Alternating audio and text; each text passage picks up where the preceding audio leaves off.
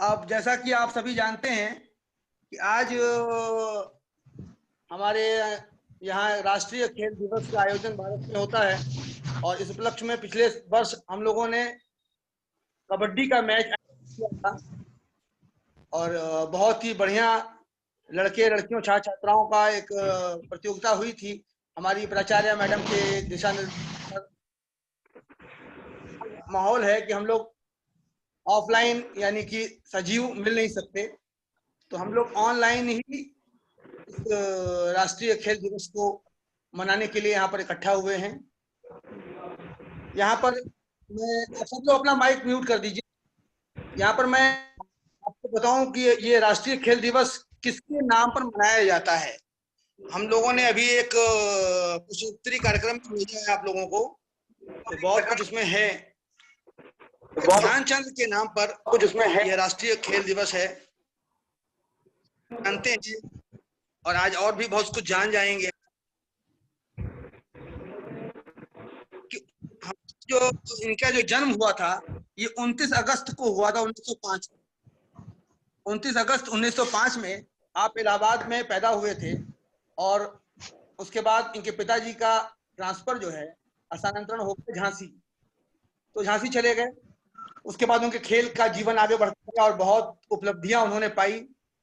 3 बार, अब ज्यादा बता दूंगा तो आप लोग सारे प्रश्न भी सॉल्व कर जाएंगे जो आपको क्वेश्चन आयर हम लोगों ने भेजा है। तो इन्होंने गोल्ड मेडल भारत के लिए उठाया हॉकी में, भारतीय हॉकी टीम के कैप्टन भी रहे।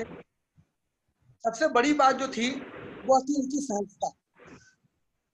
हम इनसे मिले नहीं, मेरे सौभाग्य नहीं मिला क्योंकि आपकी मृत्यु जो है वो 3 दिसंबर 1979 में हो गई थी और में मरने के बाद, डेथ होने के बाद, क्योंकि हम लोग सिंगापुर में पैदा हुए, खेल से कब जुड़े, और इनके साथ के कुछ लोग बहुत दिनों तक जिनके सानिध्य में जाने का अवसर मुझे मिला और बहुत सी बातें उनके बारे में पता चली। एक बात मैं और आप लोगों को कहता जाऊं कि मैं सबके के लिए है कि अभी हम लोग 40 मिनट में डिस्कनेक्ट हो जाएंगे पर वापस से हम लोग कनेक्ट हो जाएंगे, ये विषय ध्यान रखेंगे। आज इस उपलक्ष्य पर राष्ट्रीय खेल दिवस है। हमारे विद्यालय परिवार के सभी वरिष्ठ प्राध्यापक, सभी साथी, आप सभी छात्र और छात्रा और विशेष रूप से मेरे आमंत्रण पर यहाँ उपस्थित हुए श्री धीरेन्द्र प्रताप सिंह जो कि प्रोफेसर हैं शारीरिक शिक्षा विभाग में राजकीय महिला महाविद्यालय हमीरपुर में। इनका परिचय सिर्फ इतना ही नहीं है, परिचय ये भी है कि आप हॉकी से बहुत ही नजदीकी से जुड़े हुए हैं क्योंकि आप हॉकी के ही प्लेयर रहे हैं। इनकी उपलब्धि के बारे में हम आगे बताएंगे आपको। और मैं वैसे भी आपको एक बार बताते चलूं कि मैं क्रिकेट रहा तो क्रिकेट वालों के साथ हॉकी वाले या और खेल वाले बड़े दुश्मनी की निगाह रखते थे। उनकी नाराजगी क्रिकेटर्स के साथ कि क्रिकेट सारे गेम ले जाता था। पर इसी का एक उदाहरण है, मुझे याद है कि अब धीरेन्द्र जी जानते होंगे, आप लोग भी जान जाएंगे कि एक थे डॉक्टर श्री जमन लाल शर्मा जी जो कि उत्तर प्रदेश भी रह चुके, ओलंपिक थे 1960 के ओलंपिक में उन्होंने पार्टिसिपेट किया था हॉकी टीम की तरफ से। मैं एक घटना को बताते हुए आगे वक्ता को बुलाऊंगा अपने। आप सबको मेरी आवाज आ रही बेटा ना? सर आवाज आ रही है ना? घटना में बताऊं वो धीरेन्द्र जी भी सुनेंगे, धीरेन्द्र जी और सभी हमारे साथी सुने। जमनलाल शर्मा जी जब हॉकी खेलने आए तो नौजवान थे और ध्यानचंद जी हॉकी छोड़ चुके थे। 1948 में उन्होंने हॉकी को और अपनी नौकरी से भी संन्यास ले लिया था, यानी कि रिटायरमेंट ले लिया था। और ये बात है 1960 की। इसका मतलब कि ध्यानचंद जी की उम्र उस समय 55 वर्ष की थी। यह बात कोई कहानी की नहीं, कोई किताब में नहीं मिलेगी। ये मैंने खुद इंटरव्यू लिया जब जमनलाल शर्मा जी का, उन्होंने इस घटना को मुझे बताया तो मैंने उन पर केस स्टडी किया। उन्होंने बताया कि मैं युवा था, मेरे अंदर बड़ा घमंड था बड़ा अभिमान था कि मुझसे बॉल कोई छीन नहीं सकता।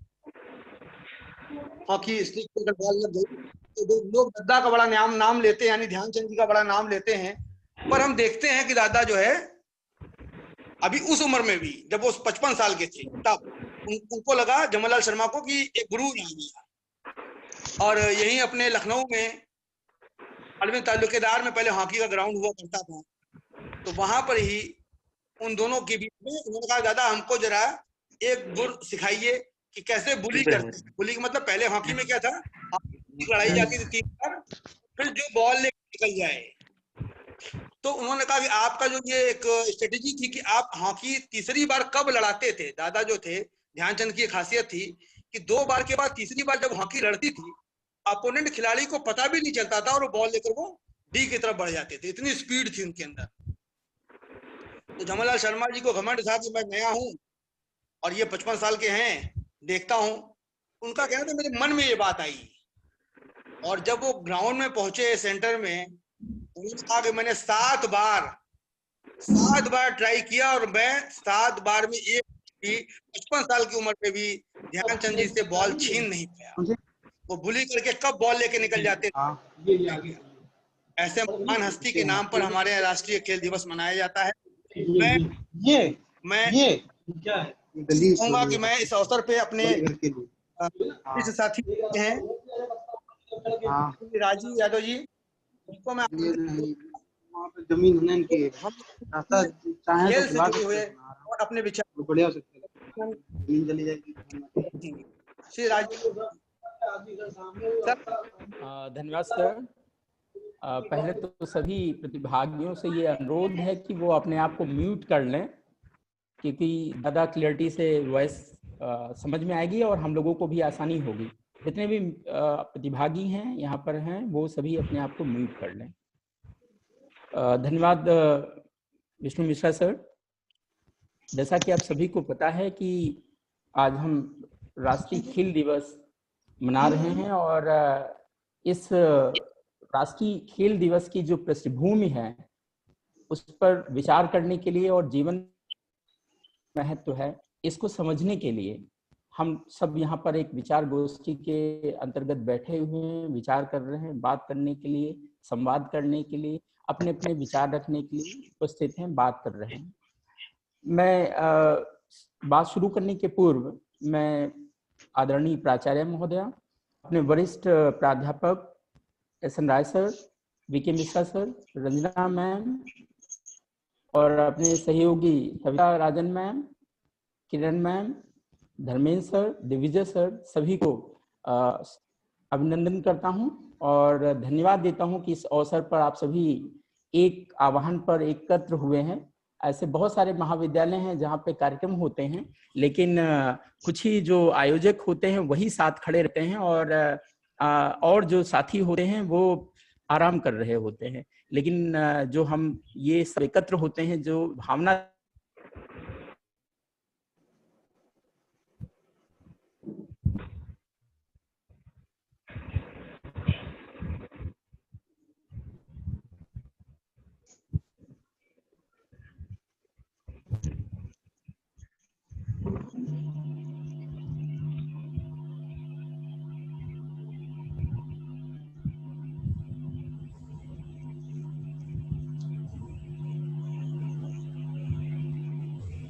आवाज नहीं आ रही है? आवाज नहीं आ रही सर। राजीव सर,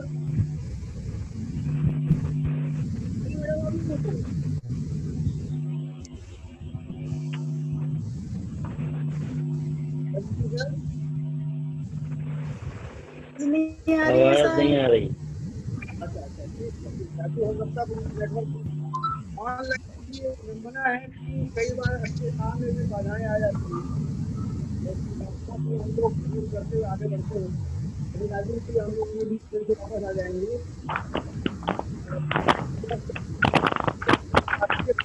हम लोग ऑनलाइन विचार गोष्ठी रख रहे हैं,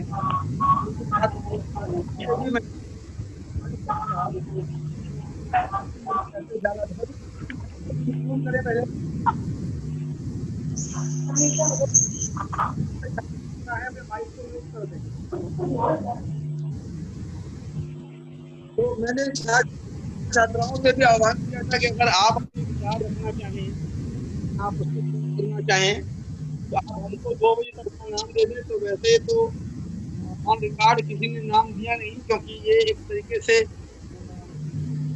फिजिकल एजुकेशन डिपार्टमेंट की असफलता है कि हमारे पास शायद वो नेतृत्व नहीं है कि हमारे छात्र लीडर की तरह बाहर निकल पाए, या फिर 6 महीने 1.5 महीने 4 महीने का जो बंदी थी कोरोना काल की, उसने उनके अंदर नेतृत्व की क्षमता को कमजोर कर दिया। तो मैं आप सभी छात्रों से अभी भी पूछूंगा, छात्र छात्रा यदि अगर वो अपना कविता पाठ या खेल पर अपने विचार रखना चाहते हो, तो जब तक राजीव सर कनेक्ट नहीं हो पा रहे हैं, आप अपनी बात रख सकते हैं। आप में से कोई हर्ष, हम लोगों को मिला जुला के हर्ष मिलता है और 2-3 लोग और मिलते हैं बस। हर्ष बेटा, तुम्हें कुछ कहना है खेल दिवस पर? धन्यवाद सर। माइक अनम्यूट करो। हाँ ठीक बेटा। सभी प्राध्यापकगण एवं छात्र छात्राओं को प्रणाम। राष्ट्रीय खेल दिवस के अवसर पर हॉकी के जादूगर ध्यानचंद जी को स्मरण करते हुए मैं इतना ही कहना चाहता हूं कि हम सभी अपने जीवन की व्यस्त दिनचर्या में से कुछ समय खेल को भी दें, जिससे हम सभी स्वस्थ रहें और विभिन्न कार्यों में, देश के निर्माण में अपनी सक्रिय भूमिका का निर्वहन कर सकें। क्योंकि आजकल देखते हैं जैसे नए वर्तमान पीढ़ी जो आ रही है हमारी, वो मोबाइल में ही व्यस्त रहना ज़्यादा पसंद करती है। व्हाट्सएप है, फेसबुक है, तो इसी में ही वो कमरे के अंदर बैठे हुए हैं, बस मोबाइल ऑन कर लिया बस, और किसी से मतलब नहीं है, ना बाहर निकलना है ना कुछ। तो मैं यही कहना चाहता हूं कि आप सभी अपने घरों में जो छोटे बच्चे हैं उनको खेल के महत्व के प्रति जागरूक करें, उनको योग कराएं और उनको अच्छी पुस्तकें पढ़ने को दें और खेल से संबंधित गतिविधियों में उनके प्रतिभाग को सुनिश्चित करें। यही आप सभी से निवेदन है, आग्रह है और आह्वान है। और इसी से ये जो नए अंकुर हैं, जो नई पीढ़ी है, यही हमारे भारत का भविष्य है। और इसी को संस्कारित बनाने के लिए, अच्छा बनाने के लिए, स्वस्थ बनाने के लिए आह्वान के रूप में आज हिंदी साहित्य के प्रसिद्ध कवि द्वारिका प्रसाद माहेश्वरी जी की पुण्यतिथि भी है। तो आह्वान करते हुए मैं उनकी एक कविता को पढ़ना चाहता हूँ कि उठो धरा के अमर सपूतों, पुनः नया निर्माण करो, जन जन के जीवन में फिर से नई स्फूर्ति नव प्राण भरो।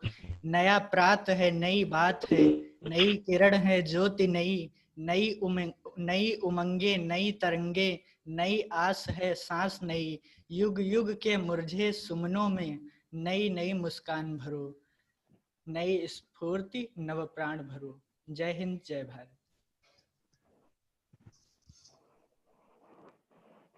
बहुत अच्छा बेटा, बहुत ही अच्छा तुमने जो है अपनी व्याख्यान अपने रखे और कविता के माध्यम से भी आपने अपनी बात को रखा। और ये सभी के लिए बड़ा उपयोगी है कि हम लोग मोटिवेटेड हों, हम जागरूक हों स्वास्थ्य के प्रति, हम जागरूक हों सक्रिय खेल के प्रति, क्योंकि स्वास्थ्य के प्रति जागरूकता तो बढ़ गई है, क्योंकि कोरोना आ गया तो हम बहुत कुछ गिलोय पीने लगे और बहुत सारी चीजें करने लगे इम्यूनिटी सिस्टम को डेवलप करने के लिए, पर ये आगे भी बना रहे। मैं राजीव सर आए, जुड़ गए हम लोगों से? हाँ जी सर, मैं जुड़ गया, एक्चुअली डिस्कनेक्ट हो गया, कुछ नेटवर्क इशू था। जी सर, मैं अपनी बात रख रहा था और जी सर। सर मैं अपनी बात रख रहा था और मैंने शुरू किया था इस बात से कि एक आह्वान पे हम जब इकट्ठा हो जाते हैं, क्या क्लियर वॉइस आ रही है? क्लियर है? हेलो? यस सर, आ रही है। ओके। आ रही है सर। बिल्कुल जी, क्लियर है सर, क्लियर है हाँ एकदम। जी, मैं अपनी बात क्लियर है शुरू सर। करते हुए, हाँ जी जी, मैं अपनी बात शुरू करते हुए मैंने आवाज एक, साफ है। हाँ जी जी, क्लियर क्लियर। मैंने अपनी बात शुरू करते हुए ये इस बात का उदाहरण दिया कि हम लोग एक महाविद्यालय में हैं और इस महाविद्यालय में छोटे से लेकर बड़े जितने भी हम लोग प्राध्यापक हैं, चाहे वो सीनियरिटी उम्र के आधार पे हो या पद के आधार पे हम लोग हैं, और एक आह्वान पर, एक किसी भी विषय पर हम सब एकत्र हो जाते हैं। और ये जो खेल की असली भावना है, जो टीम भावना है, उस टीम भावना का सबसे बड़ा उदाहरण हम देखते हैं। इस दृष्टि में मैं खेल को अपने जीवन में देखता हूँ कि खेल जब भी जिस प्रकार का भी खेल मैंने बचपन में खेला और इंटरमीडिएट के टाइम खेला, वो सारी खेलों ने मुझे ये बात हमेशा सिखाने का प्रयास किया था कि किस तरीके से जीवन में टीम अगर आप नहीं बना पाते हैं, टीम को साथ लेके नहीं चल पाते हैं, किसी भी भूमिका में सभी के महत्व को, सभी अपनी अपनी क्षमताएं सबकी अलग अलग होती हैं, उन क्षमताओं को पहचानना और उन क्षमताओं के आधार पर सबको साथ लेके बढ़ना, ये खेल हमें अपने जीवन में सिखाता है। इसी बात के साथ मैं अपनी बात आगे रखना चाहूंगा। और मैं भाषा और साहित्य का विद्यार्थी रहा हूँ, और भाषा साहित्य का अगर हम विचार करें तो हमारे जीवन में एक विशेष महत्व है और हमारे व्यक्तित्व के निर्माण में एक अहम भूमिका अदा करते हैं। भाषा अगर हार्डवेयर है, अगर आप उसका आधुनिक शब्दावली में उसका मूल्यांकन करें, तो अगर मैं पाता हूँ भाषा अगर हार्डवेयर है कंप्यूटर सिस्टम में, तो जो याददाश्त मेमोरी होती है, याददाश्त होती है, वो उसका सॉफ्टवेयर होता है। और ये सॉफ्टवेयर का विकास जो है, सॉफ्टवेयर यानी जो याददाश्त है किसी मनुष्य, किसी व्यक्ति, किसी बच्चे, किसी इंसान की, उसके निर्माण के लिए जरूरी है कि हमारी शारीरिक और मानसिक स्थितियां मजबूत हों। और वो शारीरिक मानसिक स्थितियों को मजबूत करने का सबसे सुगम और सबसे सहज सरल माध्यम है खेल। उस खेल की भावना को प्रबल करने के लिए, उसको लोगों में दूर तक पहुंचाने के लिए हमारे देश में राष्ट्रीय खेल दिवस की शुरुआत हुई। और 29 अगस्त 1905 को हॉकी के एक जादूगर का जन्म हुआ था। उस जादूगर जो खेल में जो महत्व था, हेलो, हॉकी में उसका, इस हॉकी के प्रति जो योगदान उसने दिया हॉकी के खेल में, उस योगदान को याद करते हुए उनके ही नाम से, उनके ही स्मरण के साथ खेल दिवस की शुरुआत हुई। सबसे पहले इस खेल दिवस की जो भावना है, जो उसके पीछे प्रेरणा स्रोत है, उनको हमें थोड़ा समझने की जरूरत है। उन्होंने अपनी आत्मकथा लिखी थी। उस आत्मकथा का नाम है गोल। और उस आत्मकथा में शुरुआत में ही उन्होंने एक वाक्य लिखा है। उस वाक्य को हमें आपको समझना चाहिए। वो वाक्य केवल उनकी कथनी नहीं थी, वो उनकी करनी का भी हिस्सा था। और उनके जीवन पर्यंत उस कथनी और करनी में उन्होंने किसी प्रकार का भेद नहीं किया। और वो वाक्य, वो शुरुआत में ही वो कहते हैं कि आप सबको मालूम होना चाहिए कि मैं एक साधारण इंसान हूँ। उनको अलग अलग पदवी दी गई, उनको अलग अलग उपाधियां दी गई, उनको हॉकी का जादूगर कहा गया, उन्हें जीवन में ऐसे अजूबे के रूप में प्रस्तुत किया गया जिसकी परिकल्पना, जिसकी संकल्पना साधारण मनुष्य नहीं कर सकता है, साधारण समाज नहीं कर सकता है। और इस तरीके के व्यक्तित्व के रूप में उनको परिभाषित किया गया। लेकिन अपनी आत्मकथा में उन्होंने इस बात को सहजता, सरलता से अस्वीकार करते हुए ये बात कही कि आप सबको मालूम होना चाहिए कि मैं एक साधारण इंसान हूँ। वो ये कहना चाहते थे, ये वाक्य जो उन्होंने आत्मकथा के शुरुआत में कही, उसके माध्यम से ये बताना चाहते थे कि हर व्यक्ति इस धरा पे जो भी जन्म लेता है, किसी भी शक्ति के साथ, किसी भी क्षमता के साथ जन्म लेता है, उन क्षमताओं का अगर वो सही दिशा में, सकारात्मक दिशा में उसका अगर उपयोग करे, तो निस्संदेह वो उनके ही जैसे कीर्तिमान स्थापित कर सकता है। ये जो है, ये जो उनका संदेश था, या कहिए जो उनका ये उवाच था, वो उवाच हम सबके लिए अनपढ़नीय है। इसीलिए ये किसी भी परिस्थिति में हमें निराश नहीं होना चाहिए। किसी भी परिस्थिति में किसी प्रकार की हमारे अंदर अक्षमता है या हम दूसरों से अगर कमतर हैं, तो हमें ये नहीं समझना चाहिए कि हम उस कमतर विषय के बारे में नहीं सोचना चाहिए, बल्कि हमारे जो शक्ति है, जो हमारा सबल पहलू है हमारे व्यक्तित्व का, उस सबल पहलू को समझना चाहिए। ये खेल सिखाता है। अगर हम खेल से जुड़े रहें तो ये भावनाएं हमारे अंदर अपने आप ही जन्म लेती हैं। तो उनके जीवन को थोड़ा समझने की जरूरत है। उस जीवन को समझने के लिए हम बात को शुरू करते हैं, और बात को अगर उनकी जीवनी को देखें तो हम पाते हैं कि 1905 में 29 अगस्त को उनका जन्म होता है, और वो इलाहाबाद में उनका जन्म होता है, जो अवध प्रांत का हिस्सा था ब्रिटिश शासन के दौरान, जो आज इलाहाबाद के नाम से जाना जाता है। उनके पिता जो पंजाब के मूल निवासी थे, वो ब्रिटिश आर्मी में एक सूबेदार के पद पर कार्यरत थे उस दौरान, और उस दौरान उनका इलाहाबाद में जन्म होता है। और पिता उनके आर्मी में होने के कारण अलग अलग प्रांतों में स्थानांतरण होता रहा, और उनके साथ ही वो उनका भी धीरे धीरे विकास होता रहा। वो झांसी जब जाते हैं, और झांसी में उन्होंने प्रारंभिक शिक्षा ग्रहण करना शुरू किया, और शिक्षा के प्रति उनका बहुत रुझान नहीं था। वो खेल में इतने मग्न थे, वो हॉकी के इतने बड़े उसके मर्मज्ञ बनना चाहते थे, या उनके प्रति उसकी इतना लगाव था कि वो किसी शिक्षा से भी उनका बहुत ज्यादा लगाव जन्म नहीं ले पाया, और वो धीरे धीरे ज्यादा से ज्यादा समय वो अपने खेल में ही लगे रहते थे। और बड़ी कम अवस्था में, जब उनकी मुश्किल से अवस्था 7-8 साल की रही होगी, तभी से उन्होंने खेल में हॉकी के प्रति अपनी रुचि अपने पिता को बताना शुरू किया, और पिता के साथ मैदान में वो जाना शुरू करते हैं। और जब शुरुआती ही दौर में जब वो खेल के मैदान पे उतरते थे, और एक बार उनके पिता उनको देख रहे थे, और देखते समय उन्होंने देखा कि ये महसूस किया कि वो एक जो हॉकी का मैदान है, उस हॉकी के मैदान में जो कमजोर हिस्सा होता है, कमजोर हिस्सा यानी कि जो उसका डिफेंसिव पार्ट होता है, उस डिफेंसिव पार्ट में वो खड़े हुए हैं, और वो उतना बेहतर नहीं खेल पा रहे हैं। तो उनके पिता ने कहा कि तुम जो फॉरवर्ड पोजीशन है, या कह लो जो प्रबल हिस्सा है, उस प्रबल हिस्से में आके खेलना शुरू करो, तो तुम कहीं ज्यादा बेहतर कर पाओगे। तो उनका जवाब था कि अगर मैं शक्तिपूर्ण प्रबल क्षेत्र में आके अपना प्रदर्शन दिखाता हूँ,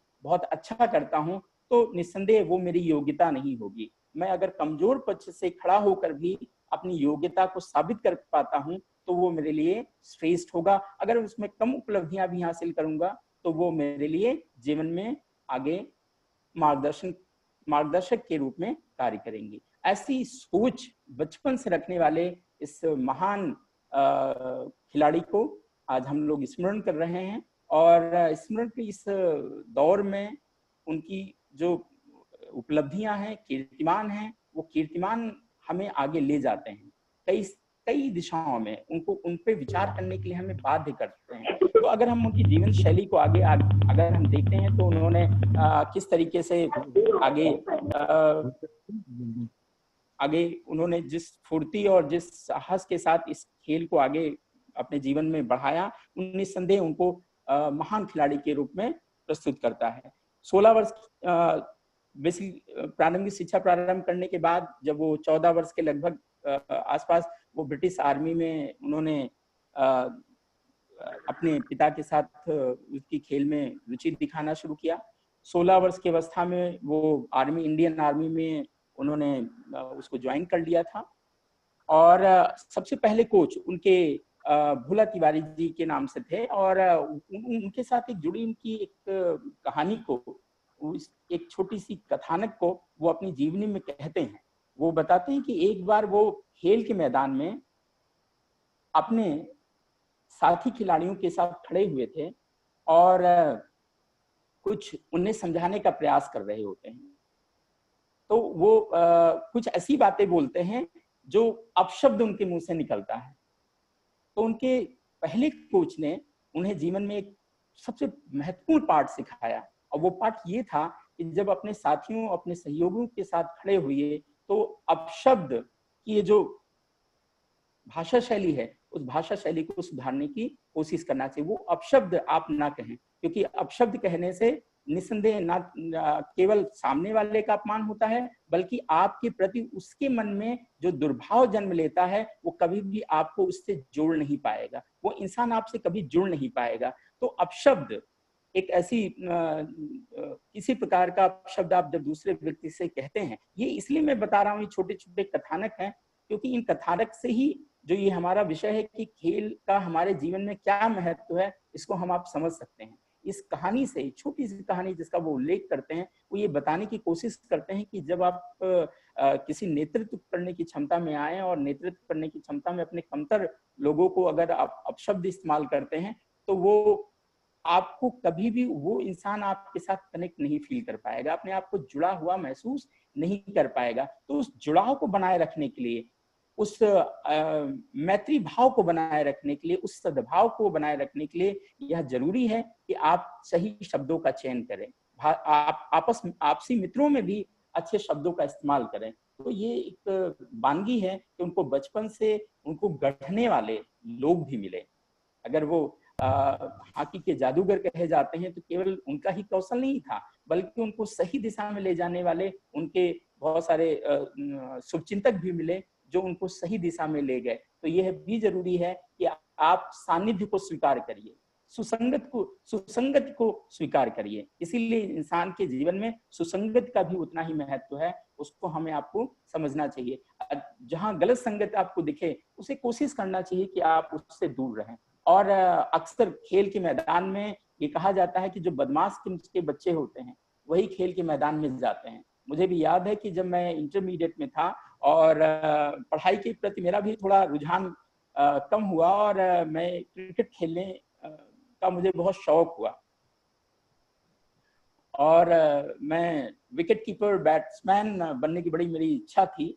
और मैं उसके लिए अपनी क्लासेस को बंक करके, मेरे यहाँ मैं सदर में वो विद्यालय है जहाँ से मैंने पढ़ाई की है, लखनऊ मॉन्टेसरी स्कूल, और वहाँ पर मैं बहुत बड़ा खेल का मैदान है और मैं क्लास को ड्रॉप करके मैदान में जाने लगा। मेरे एक दो मित्र बन गए जो क्रिकेट ही हमेशा खेला करते थे और मैं उनके साथ अपनी क्लासेस को बंक करने लगा।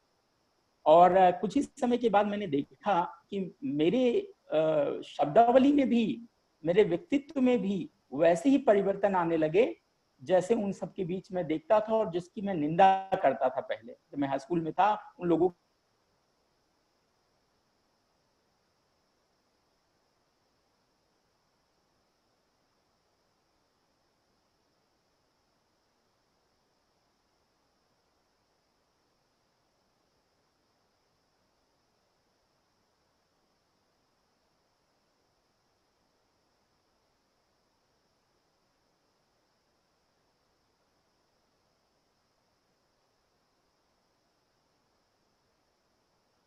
आपको समझना चाहिए जो खेल हमें सिखाता है। तो मेरा अभी ये शायद टाइम ओवर होने वाला है, 40 मिनट्स हो रहे हैं।